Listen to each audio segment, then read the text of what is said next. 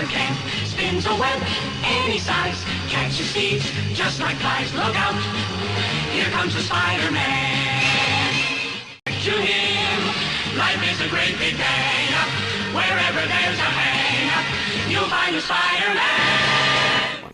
If you're wondering why I'm wearing the hat, it's because quarantine's kind of gotten, couldn't really get a haircut. It's kind of getting crazy. But anyways, we're not talking about that. So, The Amazing Spider-Man 2.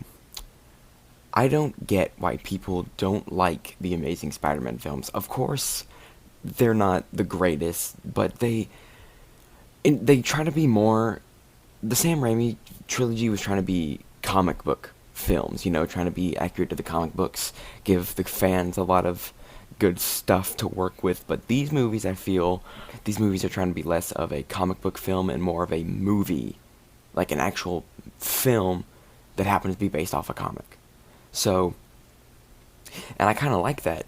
So I don't know why people hate these movies so much. I honestly just had this notion that Andrew Garfield just wasn't a good actor at all in these movies, because that's what the whole internet has told me. But after watching these, I kinda almost miss him.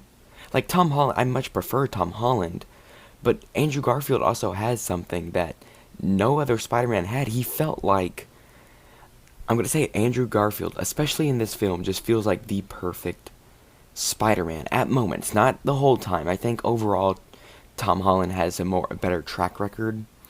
And he's more entertaining to watch more of the time, but Andrew Garfield is just how I think Spider-Man would be, In this film, I don't know, it's just great. Another thing is the romance. I want to talk about that. It's still kind of annoying how long the scenes can go on for. They start off good, but then they just keep going, and you're like, oh, okay, I get it. And some stuff was just introduced just for what felt like no reason. Like, the Green Goblin is back, Harry Osborn. It's like, and they're all like, oh, we're best friends, we've been best friends. It's like, dude, the dude wasn't even mentioned at all in the last film. So, but it kind of worked. The actor was fine. The main villain, Electro, I really thought that he was one note, but you don't really need to have a super complex villain like everybody's gonna tell you. Your villain doesn't have to be a Thanos where you almost agree with him. Darth Vader was a bad guy just because he was a bad guy. We later learned more about him, but at first he was just a bad guy and we loved him. That's how comic book villains are.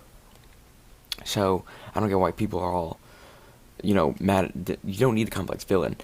I do like how in the last movie and this movie, the way that they connected is each villain was made of something from the lab. You got the Lizard and then Electro, and Spider-Man was also, so it kind of shows a parallel of, well, look, these guys became evil, but Spider-Man is the only guy who became good out of the same situation as all of them. The only thing I really didn't like about this movie was the whole parent stuff, and I get it. I even said in my last review that you can do something new with a character, and I shouldn't get mad about that because it's a new adaptation. It's a reimagining rather than an adaptation. But the parent stuff just kind of felt strange because they just completely forgot about Uncle Ben, it feels like. They just kind of mention him like, oh, I miss him. But then it was more centered around his dad, which is kind of annoying. The Spider thing was also connected to him through Bloodline, which was kind of like, oh, the point of Spider-Man was just some random dude who just happened to come across it. But I get it. I really like this movie, though. It's hard to explain why I like it, because I'm not good at explaining stuff like that. The final battle was interesting. Gwen's death felt...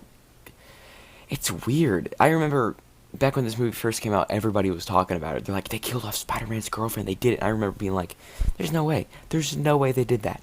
But they did. They had the balls for it, and it's like, I gotta give it to them. It didn't really feel worthy of it. Like, they didn't feel like they earned it. I think they should have waited a film. And everybody's gonna tell you that, oh, this movie just feels like a commercial for other movies. Literally every movie that people say that about is just because they're referencing something that hasn't happened yet doesn't make it annoying. And there's only one scene that really does that. You could maybe count the ending Rhino scene, but I see that more of a triumphant thing of Spider-Man's back. He's, kicking action. But after seeing these films, I'm actually kind of wanting to see Andrew Garfield back. I think that's is a testament to how this film is definitely a lot brighter, more colorful than the first one, which I do appreciate. Here's the list. I may change it while editing. Here's the list. It's probably like no list you've ever seen before. I don't care about your opinion. All of this is mine. So, but yeah, this movie just, I want to see Andrew Garfield come back. I almost kind of wish that in this new Sony-verse, we get Andrew Garfield back, like as a permanent mainstay. It's going to confuse people. Maybe not new movies, but maybe cameos, you know? Like in the new Morpheus movie, have Andrew Garfield be in that universe. You can bring it back, you know? Anyways, that's the video. Thank you guys for watching. Next time we're going over both MCU Spider-Man films, and then after that we're talking about Spider-Verse. I'm doing this because I wanted to watch the MCU movies back to back, but the Spider-Verse films do come in between that. If you guys want to see me review Venom, post in the comments saying put Venom as part of this, because technically Venom has nothing to do with Spider-Man.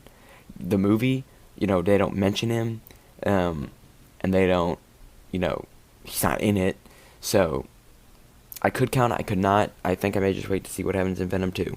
Thank you guys for watching, and video over. Beep, boop, beep, beep.